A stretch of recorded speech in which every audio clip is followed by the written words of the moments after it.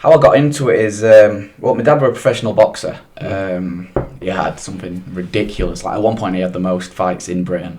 Yeah. Something ridiculous, like 164 professional fights. So it was always like something that was in me, but nothing that I ever like harnessed because, I was playing football and stuff like that. I only sort of like did a little bit with my dad when I was a teenager and stuff like that. And plus, my mum never let me. She never wanted me to do anything like that. She had enough with him. And I basically just started training. I was at college, and my friend, a good friend of mine, I knew from school. He'd been training for about a year, I think. He was pretty good, and he was like, "Why don't you just come to this if you think you want to do something like that?" Was that boxing or kickboxing? That was MMA, full MMA. Right. I know, like contrary to what most people think, I actually started MMA as one sport. That surprises me. Yeah. Everyone's like, so you started Thai boxing when you were a kid, and then But I just went, and it was like one of those things that you just kind of like you understand straight away. I'm quite quick at learning stuff. Like when it comes to sport, I'm well-rounded at all sport. Like I can play any sport if I want to. It's one of those you get addicted, don't you, to like improving quickly at something, and then obviously you have to battle when you plateau a bit. But yeah, I kind of just like started training. I was 17, and then I never stopped. Like I trained for a year, and then I had my first amateur fight. Do you know what gym you had your first amateur fight at? Was it the same gym that you're at now? No, I was training at Guerrilla Fight Team, which is, I mean, they were really good to me, like as a place, as a gym. Yeah. Dan Gibbon, I think he's still competing now, but he's coaching and he's doing well for himself coaching and that. He's he really looked after me. We had a good set of coaches like Justin McRoberts and stuff there. They were really nice, good coaches that were just really good at like attention to detail stuff, like the technique and stuff that they taught were really good. And I had a few guys. I mean, you'll know Rico Franco. I think you've got him on the podcast soon. Yeah. He was like the first guy that I ever trained with. Me and Rico were like, I think he was Norton 2 at amateur MMA when I joined. Yeah. I remember going to the first show that I went to was him, and he won. It was his first win. Nice. I think he's a year older than me, so he'll have been 18 at the time or something like that. There was me and him there and a few others. Yeah, it was. That's where I started training. Then after about a year, I think I had 2 fights under them, and then it was tough because Rico and another lad, like they'd moved to AVT, and we had I had a bit of an issue where there was nobody my size to train with, so I kind of followed them and started training at AVT after my second fight, which I lost. So because I was kind of like nobody was my size, so I couldn't get any wrestling in, and I was already so like after about 8 months, I started training Thai boxing separately. Right. So this is where the difference in striking ability and technique sort of comes, because I moved to Kiat with John Pop, who is a Thai. He moved here and set up his own gym. He was a stadium champion there, and I literally trained pure Thai boxing and MMA at the same time. I trained. He never tried to change me or anything like that. We trained the Thai boxing, but always trying to adapt it to MMA. Because that was always the goal, just to fight MMA. Yeah, I mean, I think I had one Thai boxing match booked, but it never happened. I fought K1 a bit as well. But yeah, I think I never intended to have a career in Muay Thai or kickboxing. It was always MMA because it was what I was doing and what I was working towards. How was your first competition? Do you remember how you felt about it? Yeah, I remember that. I mean, I went to I remember like this fight was matched, and I can't really remember how I felt like training for everything like that. I remember like I was at college at the time, so I think I just finished college because I was 18. So, I was like, I've got this fight next week, and I didn't sell any tickets. I didn't want to take anyone just in case. Like I didn't even know the rules, to be honest. Like I remember like I don't think I even knew exactly what weight I had to make. It was weird, like.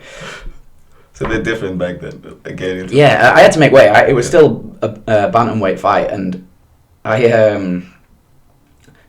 got to the gym on the Saturday morning. It was same day weigh-in, And Dan was like, "You're a little bit overweight." So he took me downstairs into the sauna. I was like, "Okay." But no, I think I'd had, like the night before, I probably hadn't even cared about what I was eating and stuff like that. And then just a casual day. Yeah. And I was a bit overweight, so I lost a bit of weight in the sauna. Got there, I got to the weigh-in, and this will stick with me till the day I die. It was, I was a little bit over. I think I was like I was like 62.2 or something. You got to be 61.8, and I was 18. And I was skinny. I was, like I didn't have a clue what I was doing. And this guy, the promoter says, he says, "You're just a little bit overweight." And this guy I was fighting, he was in Barnsley. It was at Barnsley Metrodome, and he was from Barnsley. Like you could tell he was from Barnsley as well. No offense, I live in Barnsley now, but he was rough. Like, and he looked at me and he went, "It doesn't matter to me. I've come to fight, not fuck about." And I'll remember that. He stared dead in my eyes, and I thought, "Oh no!" I was like, "Oh my God, please don't hurt me." Right, and then, we got the weigh-in out of the way. I think we went for a McDonald's afterwards. Yeah. Went home, came back to Barnsley, and he was like, "Right, you're out." I was like, "Okay, we're gonna go out and we're gonna meet and we're gonna be in this cage." I didn't even know how. I'm pretty sure I didn't even know how to win. And we were like moving about. Like the music played on my introduction, and it was like a song that has a build up. And I just walked straight out. I didn't wait for the music whatsoever. Went into the middle. Like he jabbed me. I was like, it was a proper good jab, and I was just like bang, and I just knocked him out right. And I was like, "Oh shit!" And I'm like hitting him. I'm hitting him, and I can hear Dan in the corner saying, "It's over, it's over." And I'm like, What? And then the referee's like, yeah. And I'm like, yeah. I remember that fight, and then afterwards I was just absolutely knackered. I just fell asleep, in the car, on the way home. Yeah. 18 years old when you had your first fight. Yeah. I remember that, honestly. I'd never forget that fight and everything to do with it. It was crazy. Did that fight make you want to get back in there straight away, or was it? Yeah, I mean, I had stages of my career. I was never, I don't know, at first, for me, it's always been one goal at a time. So that was you start training, I'll have a fight and I'll see how it goes. So I won, and I won after, I think it was 33 seconds. And this guy was trying to take my head off, and I actually cleaned him out. I can't remember ever throwing a really good right hand in sparring or anything like that. Came out then. Yeah, I was like, okay, that's there. And then, Was he more experienced than you? Yeah, he was 1-0, and I was, it was my debut. He, following that, I kind of okay, and coach was like, "Yeah, we'll get you another one, so that was in August, but it was 12 years. That was 12 years ago, in August, and and then I think I had one in maybe, I can't remember if I got injured after that, and then I didn't fight until the following year. But the next one was quite a bit of an eye opener for me, because the guy was, the guy I fought in my first fight was 25 years old. I think the second one was 25 years old, and he was more like a grappling type rather than someone that was just trying to kill me. And that's probably had that manpower by then as well. Yeah, they did. I didn't fight someone younger until my fifth fight. I didn't fight someone that was my age until then. There is actually, it doesn't sound like a lot, but there is a massive difference between being 18 and being 25. You feel that power. Just their grip and stuff like that. The second fight I lost on points. I remember being absolutely knackered by the end of the first round, and that was the first time I fought at Doncaster, which everyone I know is from the other side of Doncaster, where I'm from. And I actually sold tickets for that one. I sold 5 for my first one, and I won. And he'd sold 40. I remember I was walking out, and they were just Lawton cheering his name, or 40 people just booming this guy's name. And the second time it was my turn to have the home crowd, I sold I think 25, 30 tickets, which was amazing. At that point I was oh, that's mint that. 250 quid or whatever, pressure on you though? Anything? Yeah, and you kind of you do notice how much different. I still notice it now, for different reasons, for better and worse, with fighting in front of your home crowd and fighting away from home. Yeah. But second fight I lost, on points. I remember being really tired. I didn't have very good takedown defense or anything like that, and then after that is when I moved to ABT and started focusing a lot more on defending takedowns, because I was already having this training with Thai boxing, real Thai boxing, so I felt like I was evolving to an elite level in there, but I was kind of just stuck in this. You probably had the sparring in the Thai boxing. Yeah. That's what I did. When I first started training with John Pop, I literally had I started just doing. I think I did 2 PTs a week with him. I spent like all my money I'd do 2 PTs a week with him, and then I'd spar with his guys and on like a Saturday as well, and then I'd do all my MMA with the rest of them. And they had a good squad at AVT at that time as well. I hadn't moved to AVT at this point. After the second fight is when I started training. And this wasn't AVT that we know now. Like there was an AVT still in Leeds, which was like the core group. Like Jay Furness was there and stuff, like he was fighting and that, and Danny was still fighting. And then like there was a little group in Thorn where me and Rico and a few of us would go to, and Danny would coach it, and there'd just be a few other guys there. But that was just different kind of, different learning and that. And then eventually it got to the point where I was like, right, I'm going to go up to AVT on a Friday night, and I'm going to spar with all Danny's actual, his amateurs and his pros and that were. It was nowhere near sort of like MMA was still fairly. It was more modernised, but it was young. It was like a teenager, so there was still. It was still like there weren't loads of shows. There was only sort of a couple a month or so, one a month, that you could get on. People were not as technical in terms of like everything together. But like you could tell there were some good people like Josh Collins, Jay. I remember Gaz Firm. He was like this big, and he was such a tank. There were just some really good guys to train with, and like they trained really hard. And that's like it opens your eyes when you move to like a gym like that. And then I've been with AVT ever since, just like 3 or 4 different locations and that. Did you focus on your grappling a lot more when you moved to AVT as well? Yeah, a lot more. It feels like you had the stand-up covered already. Yeah. Like I've always done. I mean, to be fair, Dan, who I started out with, he was really good at, like perfecting Thai boxing technique. He'd done quite a lot of Thai boxing himself. But then, sparring-wise, I moved there and learned, different techniques and stuff like that. And I've always done my striking there. I've never felt like. I think that's where a lot of MMA fighters are lacking. They just train at MMA gyms with their coach who's maybe been to Thailand once, or it's not the same as pure Thai boxing or boxing or like real K1 style. Do you have a boxing coach as well? No.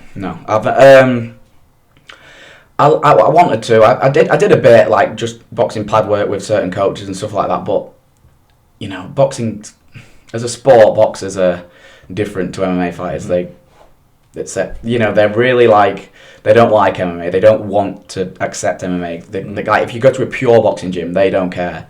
If you're not going to make like box for them, they're not really that bothered about you.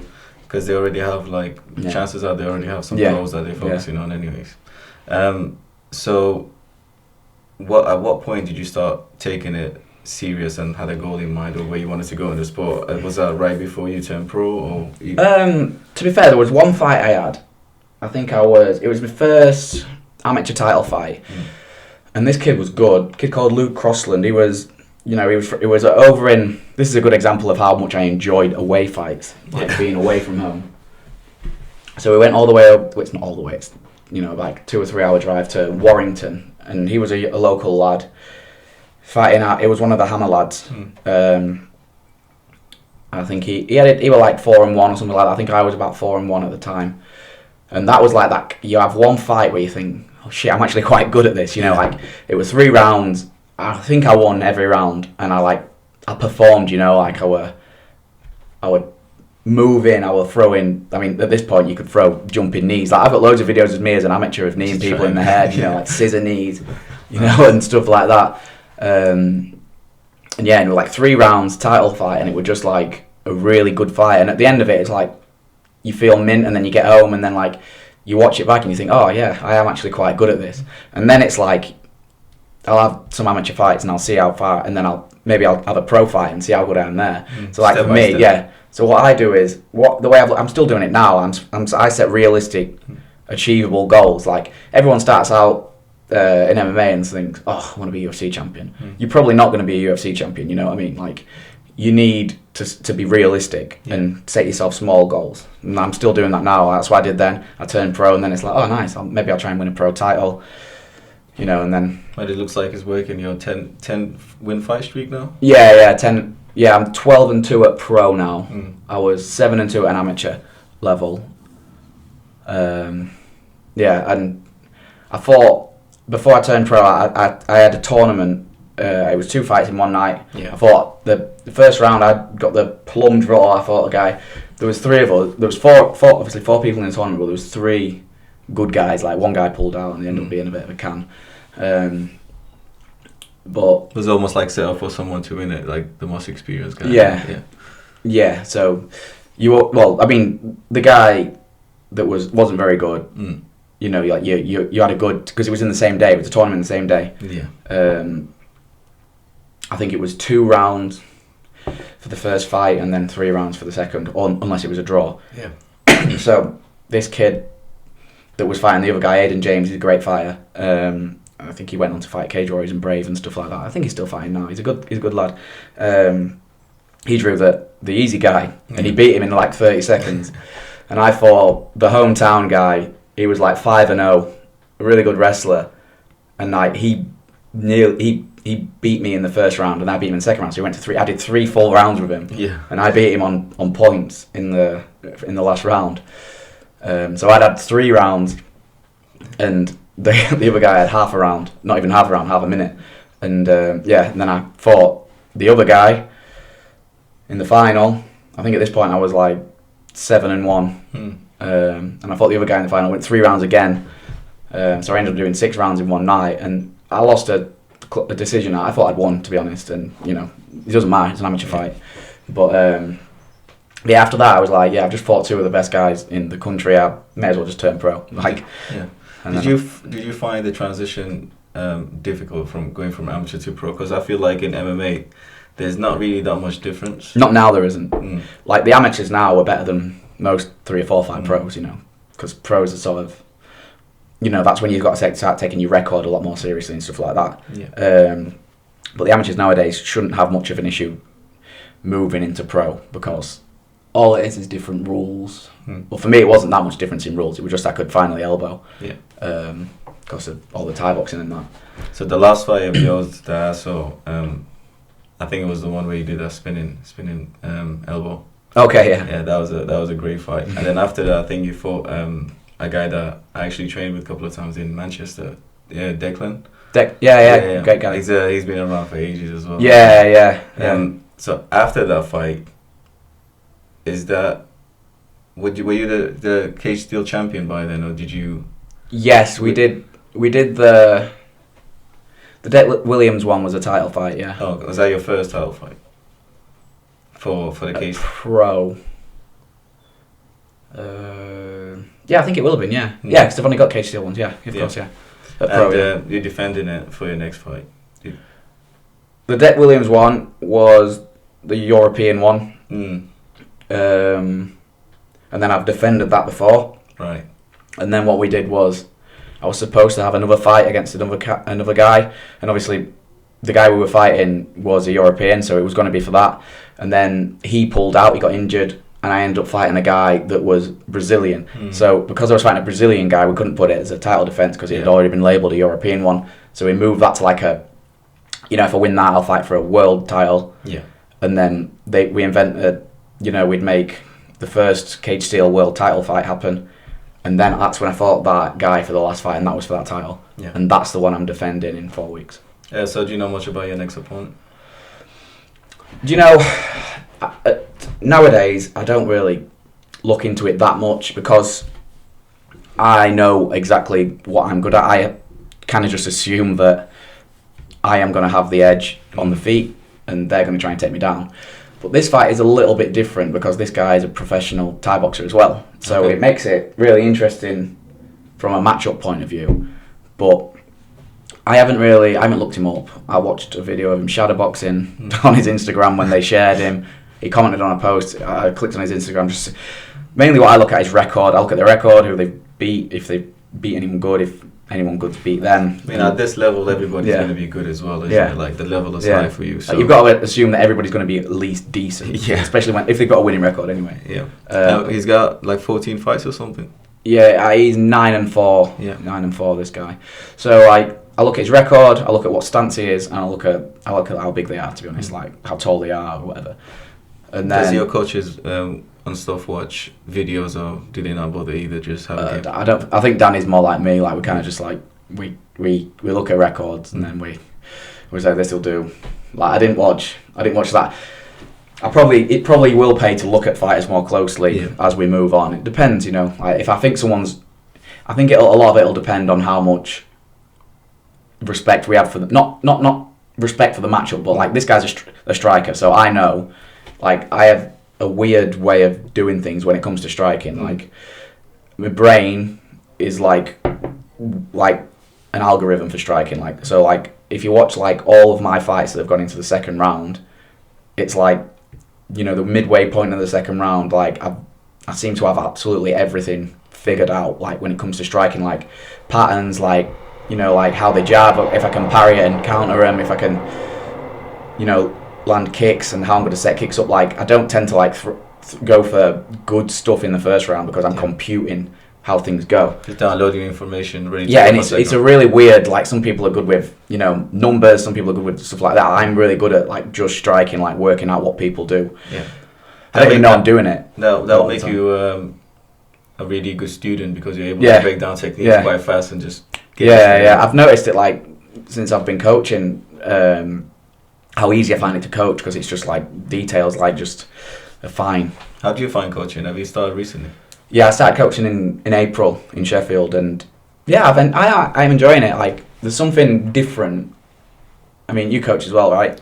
Yeah, so I coach pretty much full time. Yeah, so you'll know yourself. There's something. It's great fighting yourself and winning and stuff like that, but there's something different about coaching someone to just do well, and like seeing how people change through martial arts is a really good thing. Like you'll know yourself, like how much different it makes you as a person. Like it makes you a better person, doesn't it? Well, that was my next question. What's your favorite thing about coaching? Because mine is like exactly coaching. What you said. Yeah, just helping people. But I have a good time, and I am who I am. Like I like to take the piss and stuff like that. But like seeing like we've got one lad.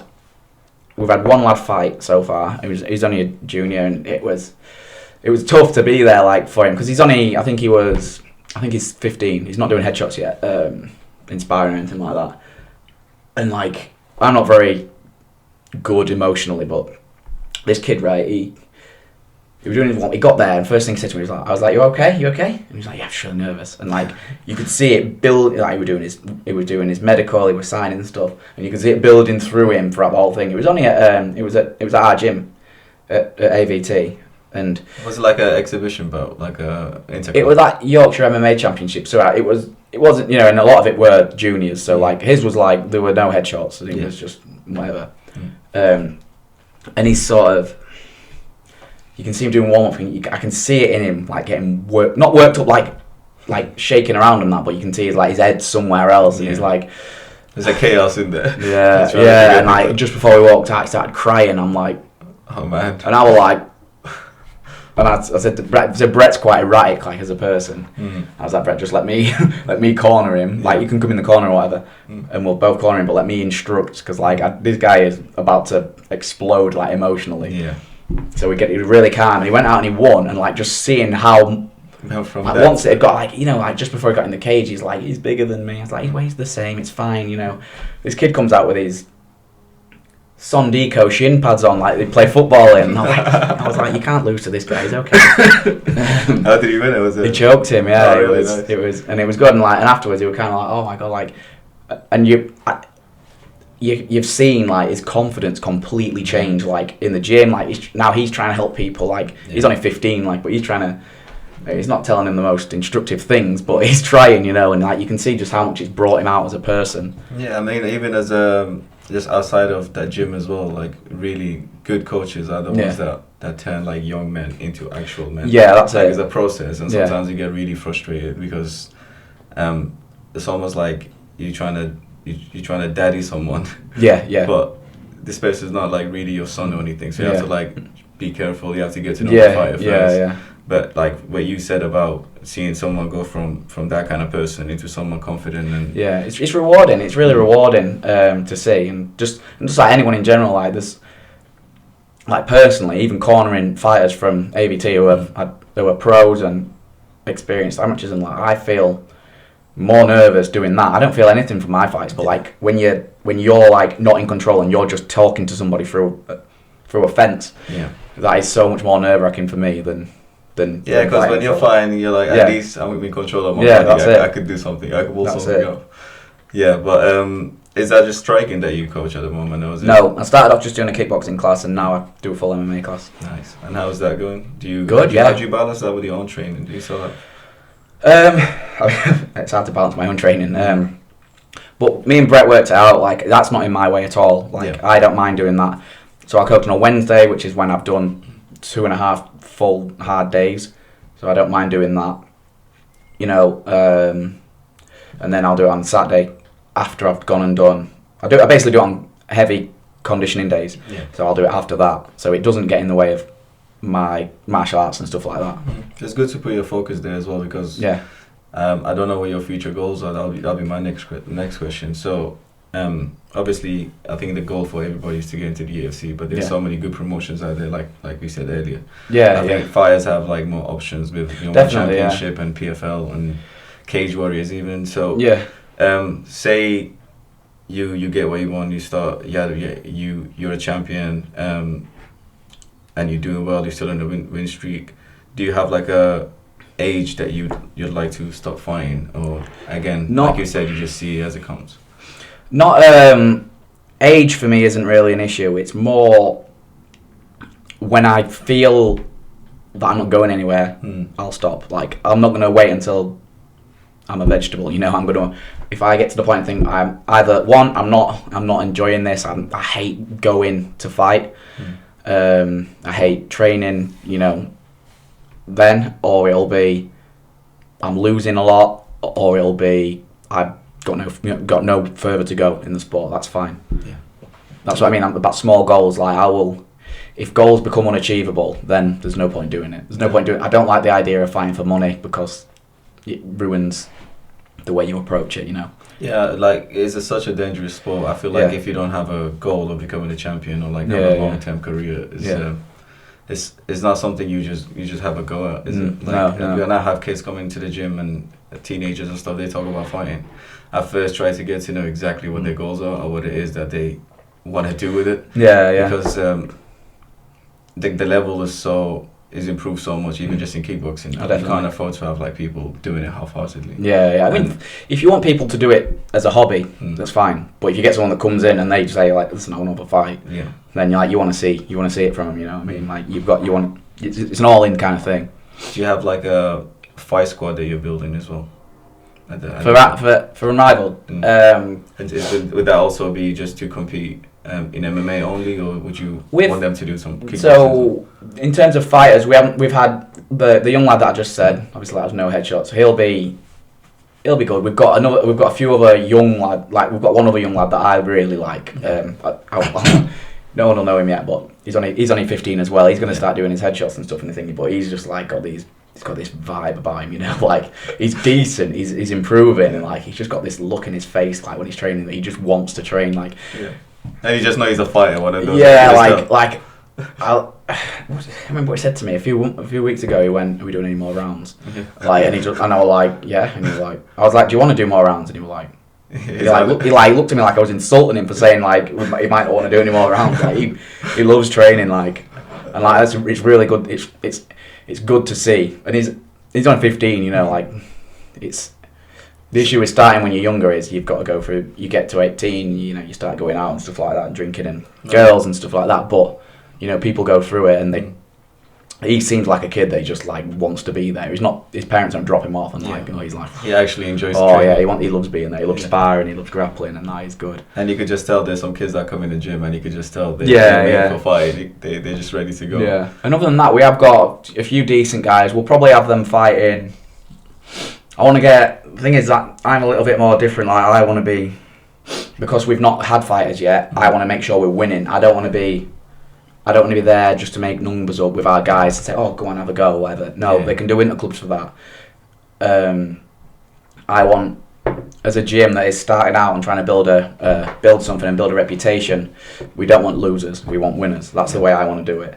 So like I'm kind of like the voice of reason in the gym for that. Brett can't wait to get guys out, and Brett's right with it. Like he picks the right guys that he thinks might be in line to have a fight. But for me, it's like let's just get winners first as well. Because you want people to be double ready rather than just ready. Because the one thing I don't want is someone to have a bad experience first time out. I don't want someone to go get cleaned out or just absolutely bullied or be absolutely knackered like in the first round, stuff like that. I want people to build a positive association with fighting rather than it being something that they feel like they have to do. Yeah, that's important.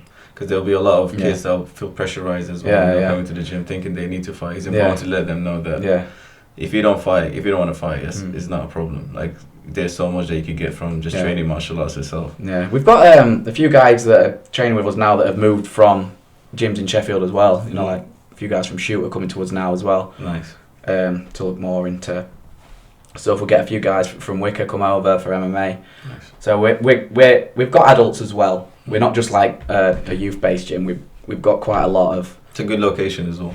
Yeah, it is. It's easy for people to get to, and it's. Yeah, we're just like now we're kind of like at the point like we need more room. We're gonna need to move somewhere else soon. But and you have like Mark doing jiu-jitsu there as well. We have Monkey and we have Ross as well, and he's like they're black belts. So we've got like really high level coaches. Like and Brett's doing it really well. The way he's doing it, he's not. You know, he's building this gym organically, but he's also like he's getting coaches in because he knows like. That'll help people improve, and it also brings like diversity of coaching as well. It's like it's important with the guys with all the experience they have as well. I think specialist coaching is the best way to get better fighters. Like I said, with what I've done with Thai boxing and stuff like that. So did you ever train jiu-jitsu with a gi or compete in it with a gi or just funny? No, I mean I hate gi. I can't even tie the belt. Like I'm actually a purple belt in Brazilian jiu-jitsu, but I wore a gi about 5 times. It's really? Like I've trained jiu-jitsu for 12 years, and but I've not worn a gi very many times. Like I hate it. It's so irrelevant to MMA. I think like people that just put the gi on when they're MMA fighters, they just want to put the gi on. It's an ego thing. I think people just want the grading, you know. Which is good. I suppose it's good to know where you're at, but gi jiu-jitsu does not translate to MMA at all. Really, you need the no gi stuff.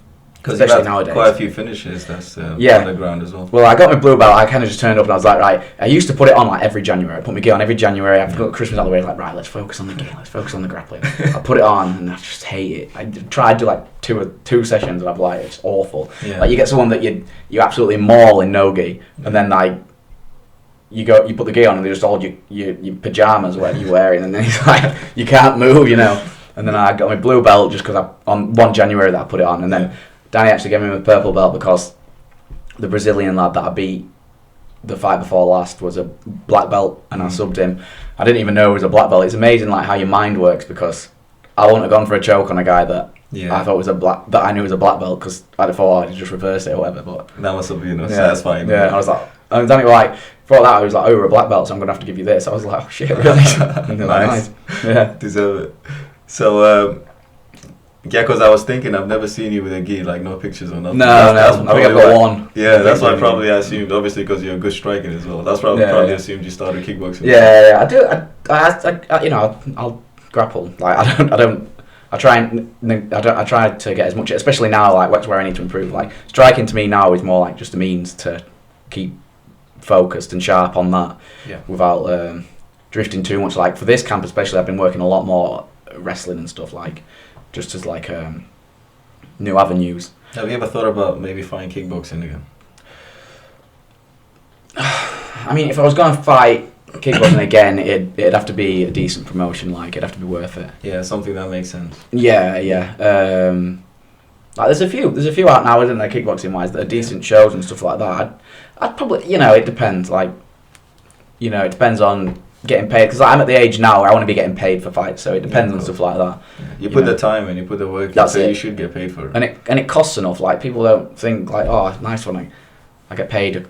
Say I get paid a couple of grand for a fight. Like everyone's like, oh, that's mint. It's like no, you're still losing a couple of grand. Yeah. Throughout your whole camp. Because you have to spend so much on recovery, on travel. Yeah. Do you have any places that you go to for traveling, or any other gyms that you? No. Not right now. I am training at AV team and sparring with the same guys. Yeah, I mean, up until recently, I was fine with, you know, we had AVT's undergoing a little bit of a transition because a lot of our guys have moved to Manchester top team. Yes. And like that was basically like while I was injured, like they all moved there, like and they were all my weight, my sparring partners, which is, you know, that's okay. Like, you know, everyone's got to focus on their own journey, but I'll stay there. And we've got good guys coming through. Like we've got a few pros that I can train with, and I can do it, like I said, I can do my striking, and I can do my. I've been fighting for. I literally had my first fight 12 years ago, or 11 years ago, whatever it is. I know exactly what I'm doing. I know exactly where I need to improve. All I need to do is get fit for fight, get sharp for fights, and stay conditioned. Yeah, and get better at and grapple. So like, I don't need to be traveling all over the country to just spar with people. And people come to AVT to spar. Yeah, we have people there as well. It's travel towards as well. So I'm not really bothered in that kind of way. Have you changed your approach to sparring at all as you've grown? I mean, like I'm trying to promote against sparring hard at all. Really, not at all. But like, I don't really like. I've never been one to, have wars in the gym. I just don't think it's. We're trying to. MMA is a long career for a martial arts career. Like it is, because there's so much to do. Like you don't peak until you're 30 or something, 30 odd. It's like. It's that kind of sport, so like you don't want to be knocking 7 bells out of each other all the way through your training career. It was probably a smart idea as well for you to take a little break between your last fight and this fight, because I feel like you were quite active in the last 4 or 5 years. You did active enough. Like I didn't fight more than 2 or 3 times a year, but like. To be fair, that last fight I could have done with a break because that was I took a lot of damage in that one. So I've not. It's been beneficial in more ways than just letting my injuries heal. So what's the most hurtful injury, I guess, that you've had?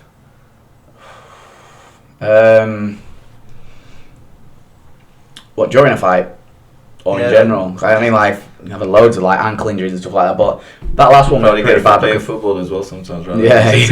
Oh yeah, I remember like I've been fighting for a couple of years. I was still an amateur, and then I played a game of football, and I kicked a football, and someone like kicked it at the same time, and my ankle just like snapped. I was like joking, But injury wise, I mean. Couldn't really feel the one that happened in the last fight, but that took a long time to recover from. So what happened in the last fight, in the first 10, 15, 20 seconds, this guy kicks me, and he kicks the nerve that connects your knee to your foot. Ooh. So it's like your funny bone, but on your knee. Yeah. So I had the full fight, and that was like, I couldn't feel that at the time, but I imagine that was really, really painful. Like you saw it with like Sean O'Malley, that's what happened to him. Like these people are like, it's happening now because people are calf kicking and. Yeah. Like I don't think it was a calf kick that he was throwing. I think he just wasn't very accurate, but it worked for him. So I basically had the full. I remember like he took me down after he'd done it because I tried to step back onto it. I was like, I didn't hurt, it was fine. And then like I basically had no feeling from the leg down. So I was like, it felt like I was walking on my shin, like, and I was just buckling on this ankle. And then he took me down, which was great because there's a clip of it, and I'm like just wiggling my foot, like trying to see if it works. I thought my ankle was broken. I was gonna say to Nico, like, shit, mate, I can't. And like even at the end of the first round, I said, Danny, I think my ankle's broken. Like I remember just like stamping on the floor, trying to get feeling back in it, and I ended up like that first round was crazy. Took a lot of damage. Did he kick it again? Yeah, but he missed. Like that nerve's only 2 millimeters big. It's really unlucky to get kicked on that. Yeah. But that took like 6 months for that nerve to like. I had my dog were like knee height at that point. Oh, she'd knock it like I'd cross my legs when I sat down. I'd touch it on something like the most sharpest, most horrible tingling pain like you'd get. I bet that's the worst injury I've had like from fighting. What did you do for recovery for it? Just take a rest. Well, it's a nerve. There's not really anything you can do. Like it was bruised. Like the nerve was actually bruised, so like swollen and stuff like that. There's not really much you can do for it. But it was more like. What took longer to heal is stuff that happened from the fight, like the ankle getting absolutely mashed up, which led to a knee issue. It was all that. It took me ages to get rid of that. And how's your training camp now? Do you still feel like it's comfortable? Do you know, this is... I can't remember having a camp where it's going so well. I almost don't want to say it. Yeah. But, like, no injuries. I'm fully healthy, like, for a fight. 4 weeks out yet, so I'm sure I'll pick up a few. I've got knocks and niggles, but I can train like a full MMA fighter for the first time in years, you know. That's why I feel like it's been truly beneficial to actually rest. Like, no matter like what, like, obviously I've not been earning from the fighting and stuff like that. It's actually, I'm hoping it's going to be worthwhile for doing that. It's investing in yourself, isn't it? You have to be smart. Yeah, that's it. And mentally as well, like, it's good. Like, it's made me... I focused on a lot of other stuff. Like, I've got a lot stronger, and I've still been keeping really fit. I've still been doing pad work and stuff like that. Like I say, I've got a lot stronger. I'm like bigger, but I'm like the same weight. So that'll help. That seems to be helping with grappling as well. I feel like I've seen you do a lot more SNC as well. Is that the case? Like, have you upped that as well? Not necessarily.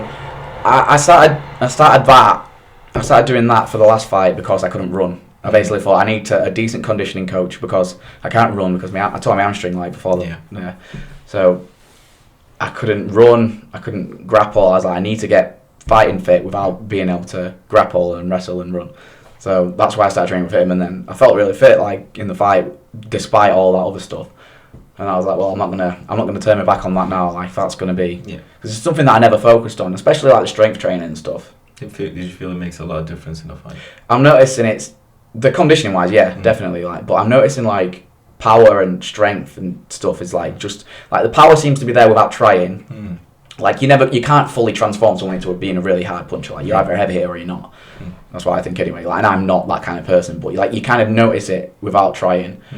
You notice it when you're hitting pads a bit, but like in the fights, like you feel like you've not tried to hit someone really hard, but you've connected a lot better or whatever. But like strength wise, I feel a lot better as well, and that's helping with takedown defense, with grappling and stuff like that. And obviously with your general fitness as well, just your stamina, because that's muscle endurance is so important. It's different energy systems. Like running and sprinting is good, but like for me, like I don't get tired striking. That is too relaxed. Like for me, like striking doesn't make me tired because I'm relaxed doing it. Like it's not a tense thing to me. It's almost like second nature with the thing that you do as well. Yeah, like you'd find like jiu-jitsu guys don't get tired doing jiu-jitsu, and it's like with anything you get used to what you do. Yeah. But like it's a completely different energy system when you put in MMA. Like you've got takedowns, scrambles, getting up, and stuff like that, and that's what it's helping with. Like I always feel like I'm fitter than the guy that I'm fighting. Like it's an amazing thing. I mean, I'm quite efficient and conservative with energy. I always like to coast a little bit more, so I've always got more in the tank. But I always feel like once we're 2.5 minutes into the second round that I can turn it up and win, and that happens most of the time. Gradually increase the pace. Yeah, that's how I always feel. I feel like they start going like that and I start going like that. Like, I notice it when I'm running. Even when I'm running, like I feel fitter as I get through the run. Like say if I do a 10k, like I've got 2 miles left, I can do those 2 miles really quick. Like that's how I feel. Like once. It's probably the thought of like having that goal as well, getting close to, you just want to finish it. Yeah, that's true as well. Like, I noticed it with conditioning, like on the air bike and stuff like that. Like the most recent block we've been doing has been power endurance and like lactic acid stuff as well. Like, and I did like 10 rounds on the air bike. I think we were doing 10 calories and then 40 seconds rest, but your rest was like lunges with a thing. Yeah, horrible. Those air bikes are disgusting. Yeah. But like, I'll do like 4 rounds. And then, like, by the time you get to like 6, like when you're like on the home straight, like you're like caning it, like that's what my mind works like. I like to like save. Finish strong always. Yeah, always be the strongest finisher. That's what I like to be. That's what I tell my guys when we train. Yeah. Always finish strong. So even when the training stuff that we do, the pad work and the bag work, and even shadow boxing, I always make sure we start at a good pace, and then we always finish a lot stronger. That's what like Jump Up always used to do with me. We'd do a round of pads, and then at the end of the pads, he'd be like, right, you'd do like 10 or 15 reps of something, full as hard as you can, like, even if it's just like hook kick. Your face as well. Even if it's just like hook, left hook, right kick, you'd be like, right, left hook, right kick 15 times at the end. It's always at the end of the pad work. So what does your typical day look like in terms of your training now? Because 4 weeks out, starting to get intense. My day is I am flat out every day, right? Because I still work full time as well. I have a full time job. I work for my family. I get up at 4:30 every morning. Yeah, I've got a Doberman. She needs a good walk. Yeah. So I take her at about 3 to 5 miles with her. Then I go to the gym. Now I'll do some strength work or some conditioning work. Unless I've got the morning off to go to training with AVT.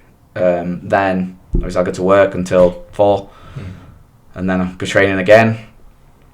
That'll be more martial arts based stuff in the evening. Like I'll wrestle on Mondays. It's a lot of travelling as well because... Yeah. Luckily, recently, the last couple of years I've moved to...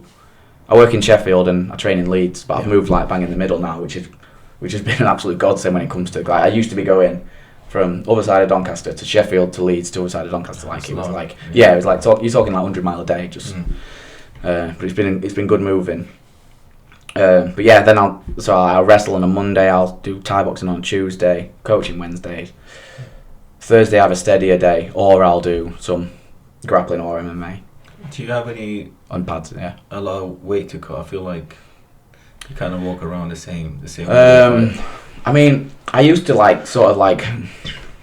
do the same thing as most fighters do and get fat between fights or whatever. Yeah. But recently I've... this year especially, all year I've really knuckled down on trying to find the absolute optimal diet and optimal way of living and strength training and training as well, and just trying to find how to feel really good. And I'm walking around, I have done since probably February, I've walked around at what weight I'd be 2 or 3 weeks out.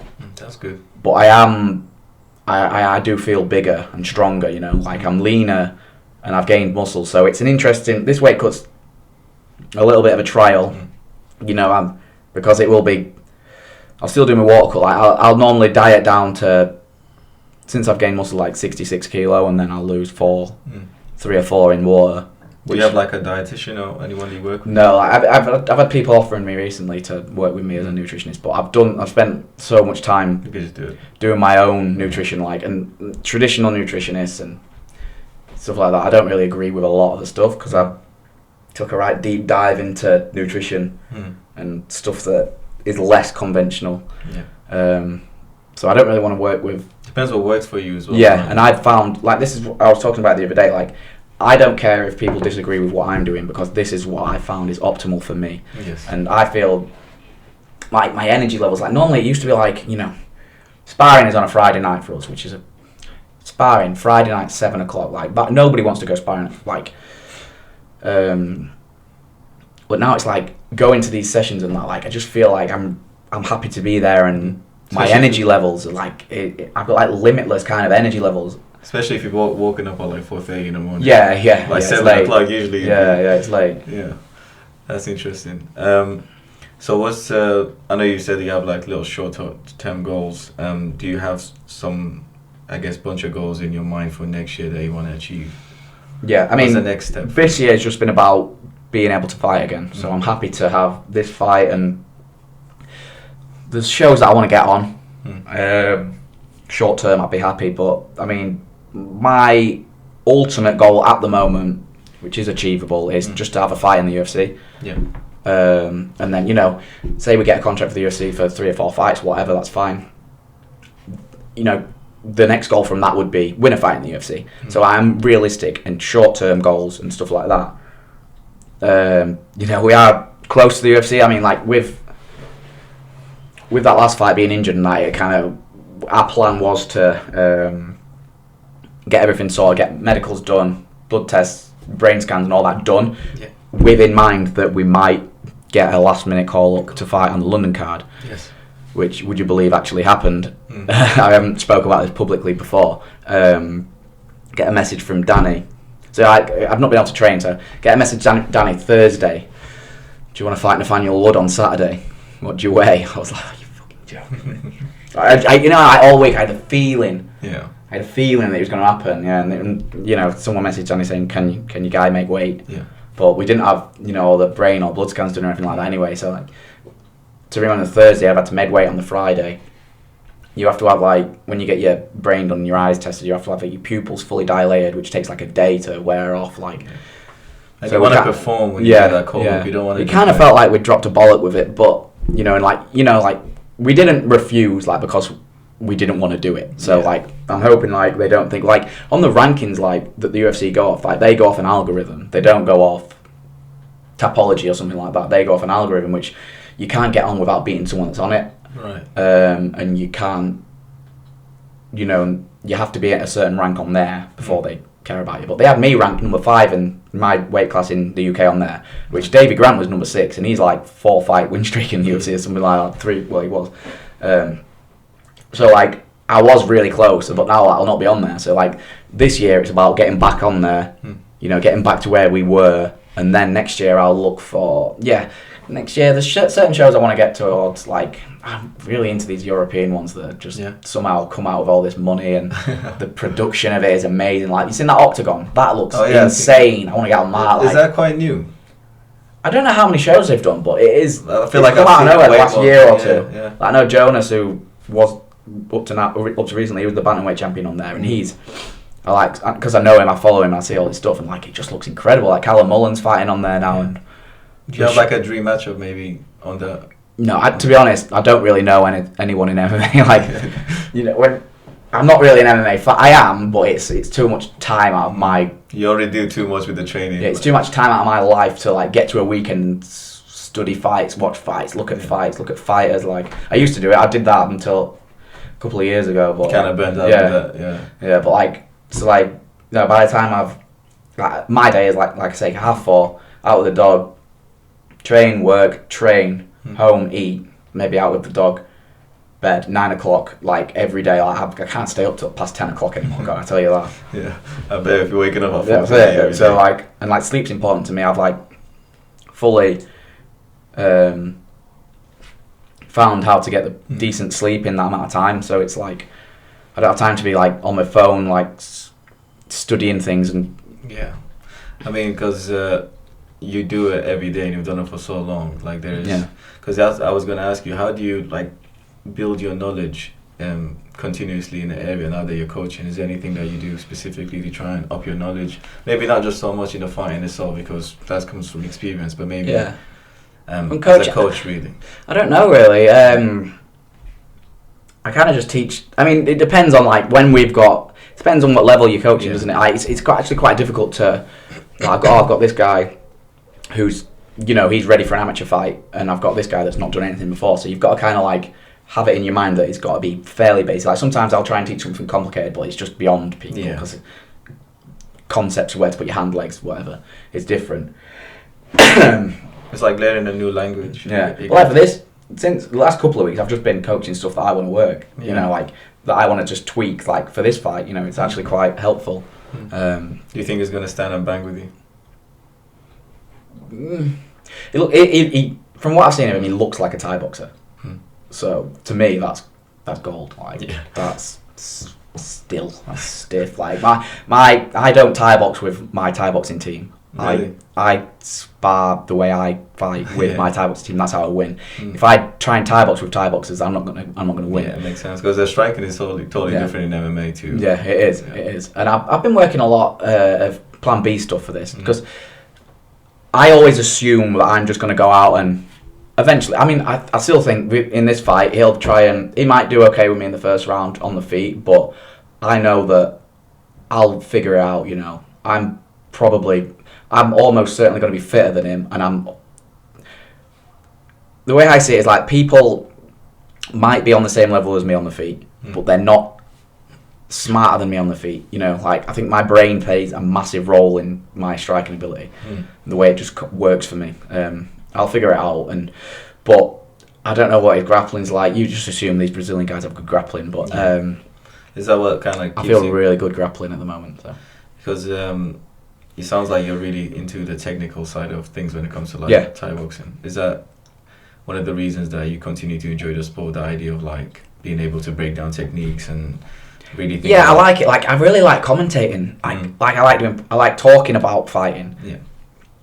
I just don't like having to sit and watch it all the time. Like, I like someone say, "Oh, you want to come to a commentating gig?" Like, yes, sick. Like, you can do the talking, and I'll do the analytics. Like, I think I'd make a good pundit eventually. You know, it's stuff like that. I enjoy breaking stuff down. I can see it happening in front of me. You know, that's what I think helps me as a fighter. And that'll be really good for your coaching as well. Yeah, exactly. Yeah, especially if you plan to have like a squad of fighters, because everybody will have different styles and different rules. I think my philosophy is always like just provide the environment for people to thrive. Yeah, that's it. With that's their true. own style. I don't like to come in here and just tell someone you have a guard up the whole time here. Yeah, that's what I like about John Pop, because you find this more like British Muay Thai coaches. They try to be too traditional. Whereas John Pop is like always like, he doesn't mind trying to do some crazy shit with me. Like, he doesn't mind because doing it's flashy. So he likes the flashy stuff. Yeah, he does. Yeah. And he has. So he's not like quite a fighter. Yeah. I've been same with John Pop's gym as well. I've been there like through watching all his different fighters come and go. You know, like, and it shows like for this fight, it's like, oh, this guy's a pro Thai fighter, like, oh, he's a Thai boxer, he's a specialist in Muay Thai. It's like, well, I've been training with British, European and world Thai boxing champions since I was 18, you know, it's not really anything new to me. I've probably been Thai boxing longer than him. Just because he's fought pro Thai, it doesn't mean he's more experienced in Thai boxing than me. You're probably going to be at a high level of a striker, not just a Thai boxer, because that's like you it, said, you know, it's just different ball game as well. Thai boxing's like, they have a weird tendency to get punched. It's a weird, like, I was talking to my mate about it the other day, he was saying the counter to amateur boxing is Thai boxing, but the counter to Thai boxing is amateur boxing. It's like, you just need to be the smarter one, you know. I think some of the Thai boxing gyms, they're not really too big on boxing at all. They like to stick to like traditional and it's because of the scoring system. So like, as a pure sport striking art to watch and to think that is the optimal striking, you'd say proper glory K1, wouldn't you? Like, that is, well, when they're actually not just stood in front of each other doing stuff. That's a bit mad. I think they get into a bad habit of Dutch sparring, you know. Especially the heavyweights. But like, from a skill point of view and like blending everything together, it's so good to watch as a sport. That. Yeah, but I think the sport has evolved as well. Thai boxers. The Thai boxers I see these days, they have like really, they got better footwork and they focus on boxing a lot more. So that's nice to see. In Britain especially, like, we've got a really good like Thai boxing base in England now. I think. Definitely. And Scotland, and the UK, So what I want to do, Adam, is I'm gonna have like a bunch of random questions just to open up the conversation a little bit, because we spoke about fighting and stuff for a bit now, and because you do it all the time. You probably get sick of talking about it. Especially when you meet your friends and stuff and they ask you about, like, wait, just talk to me about something else. So it'll be nice for you to elaborate a little bit on these questions. The first one I'm going to start with. What's your favorite? Well, I was going to ask what's your favorite movie, but I already know. It's Lord of the Rings, right? Yeah, Lord of the Rings, definitely. Let's change that question then. Who's your favorite character in Lord of the Rings? Yeah. Shit, man. Depends. Like, it's deeper than you think. That like, they change all the time. Probably Aragorn. He's just like he's just the man, isn't he? It means like what you like. But like, if you want to say who your favorite character in the story, you'd have to say Sam. Oh, okay. Young Sam, because he's just he's the one that wins the whole thing, really, isn't he? Have you read the books or anything? Yeah. Okay. I read them. I've read them all, and then like I try and audiobook them like once a year, but sometimes I can't focus on it for too long. And you watch it all the time. Yeah. I know every word. Like I'm gonna watch the second one when I get home tonight, I think. Oh, nice. Is that your favourite? Because I think the second one's probably my favourite. Really? Yeah. I mean, the last one was great too. They're all great, but I think the I know. The first one's probably the favourite because it's just, like that character building that you go through, like, everyone in that. But did you watch The Hobbit at all? Yeah. Did you like that one? I tried to. I wanted to like it. Yeah, I took it for what it was. Like, I went with the idea of like not expecting. Yeah, same with the new series. I was like I was ready to be disappointed but enjoy it at the same time. You know. I didn't really like the new series. Yeah, but I watched I've got the extended version, but all like the appendices and everything, how everything's made and everything. And I've watched those loads of times for the Lord of the Rings trilogy, and like they use so many people. Like there's like 200 people that are actually dressed as orcs and they're actually fighting and stuff like that. And then you watch The Hobbit, it's just all CGI. Well. Yeah, that's it. That's what I found annoying about that. Yeah. They said they're making a new one as well. Yeah, I know. Boo. Yeah, they should leave a classic alone. I think if it's not even that old. Yes, it's not even that old. Yeah, I hate when they do that. It's like they're running out of ideas. If you had to punch one celebrity in the face, who would it be? Oh, Sam Smith. Sam Smith, okay. Is that okay? Can I say that? Can I say? I can say that. I think that's the second person that said that. Punch him right in the face, obviously. Why? Just fucking. No, he's just harmful. You know, he's just a harmful guy or whatever. He's just annoying as fuck, to be honest. Who's your favorite athlete? It could be a fighter, it could be someone outside the fight game. Ooh, athlete.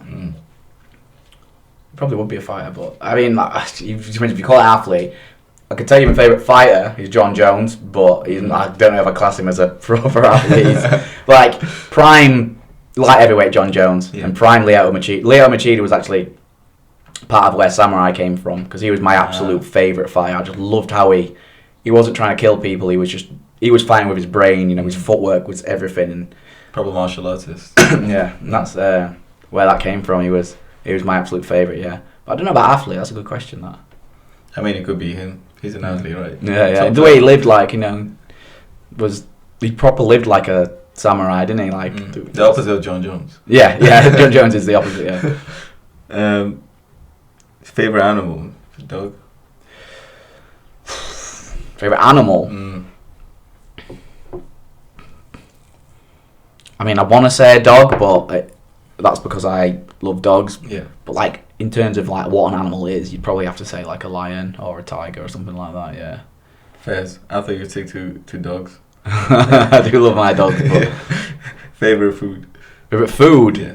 Favorite food to eat when you stop on the same night as you win your fight. I know, because you've got different things. Like I love pizza and I love chips. Like, but like nowadays, like my favorite food is just steak. Like I just eat steak every day. So yeah, probably a proper. Oh man, like I love takeaway food. Like I haven't had one for ages, but like. Are you on a strict diet? Yeah, just like I'm just trying to live like optimally, and it just sets me back. It's gonna taste better when you win the fight. Yeah. I'll treat myself for like a week or something after. What's your favorite place to visit, or a place that you like to visit? I mean, it's hard to say Thailand because I went so long ago, but that must have been a mad experience. Yeah, I love that place. Like, just you trained out there as well. Yeah, I trained for my pro debut out there. I'm going back in January as well. Nice. How many weeks did you do? I did 3, and it was perfect. Like, kind of just like lived. Like, I can't remember being so depressed after I got back from that. God, like really. I think what it is like the people there, because they've not got a lot, and they're so happy. Like, I remember I gave the guy I was doing pads with. I did pads with him for like 3 weeks, and he I gave him like 20 quid at the end of it, and he looked like he was gonna cry. Really. I was like, wow, and this guy's helped me, you know. Yeah. He's in your massive favour. Yeah. That's less than like a PT. Yeah. And just like, it's just a nice place. It's warm. You know, I love nature, and it's, you know, you can go on walks where there's elephants and monkeys and all that. It's just people value different things. Yeah. Living like a true samurai, just in a different country. Yeah, I mean, I remember I got a tattoo, and this guy was just in a hut. Yeah. And he was like wearing like robes and stuff like that. I'm pretty sure it was in his house, like it was just a hut, and he did it with a thingy. Yeah. That's the only tattoo. I've got a shitty one that I got in my glove, but that doesn't count. I thought that was more painful than that one, because that was kind of like, it was just like pricking you rather than drawing. Yeah. Like it didn't swell or anything, because it was just like tapping you. Is it like a classic Thai fight? Yeah. Nice. Okay, kicking or punching? Kicking. I was gonna say stand up or ground game. I don't think we need to go there, do we? Probably striking. Yeah. What's your favorite sport outside of fighting? Football. Do you still play that? No, not. Do you mean to do? I don't know. It's a sport to play. I don't play a lot of football. Like I just. Do you watch it quite? Yeah, I watch football every week. I watch football after this. I can't wait. What team sport? I don't support a Premier League team anymore. I was a Donny lad for years and years and years. I had a season ticket with Donny, but I don't have time to invest in a football team. You just watch what is on television. Yeah, I just like watching it. Yeah, same. If you had to go on dinner with one celebrity, who would you go with? I mean, this is tough. You have a conversation with. Could be dead or alive. JFK. I think JFK. Yeah, that'd be an interesting conversation. That. Nice. You could even pick a villain like Hitler, just like to see what his brain's like. You know, like just to watch his. Like Michael Jackson or someone like that. Like just someone that's weird and got something wrong. But like, yeah, I think JFK would be a good one. JFK would be good. And usually I close it off with this question. It's quite generic, but I think it would be good to hear your thoughts. If you had to give any advice to anyone that's trying to get into MMA or martial arts in general, what would you tell them? I'd say do it for yourself. Like, start training and realise how good it is for you as a person. Don't go in it for money at first, because it's difficult to earn a living from it. And like I said before, set small goals. Don't go for the big goal straight away. Wins happen along the way. And travel. Learn from as many people. Just, I'm grateful for everyone that supports me. And, my team, AVT and KF1T. I'm lucky to have what I have. It's important to have a really good team. Yeah. And I'm supported by, my family. And I was going to say, does your mom come to the fights now? Yeah, my mum does. Yeah, they come. They've recently started getting VIP tickets as well. So, nice. But the first one they came and went on the table was that last one. So that was rough for them. Was that the first time she came to watch you fight? No, not the first. Mum's always come. Oh, really? Like, family have always come, mum and dad and that. Because my mom was like, I could never watch you fight. Like, even she'll ask me after the fights if I won or lost. If I won, and I told her I won comfortably, she'll put it on. But if I said I lost, I can't watch it. Well, yeah, like the first one they came VIP, where they were literally and Cage Steel always look after my lot, and they put us literally cage side, and I like, God, that guy kicked the shit out of me for like 2 minutes. It's like that must have been rough with it. Yeah. Oh, nice. Well, Adam, it's been great talking to you, man. I appreciate you doing this. I know.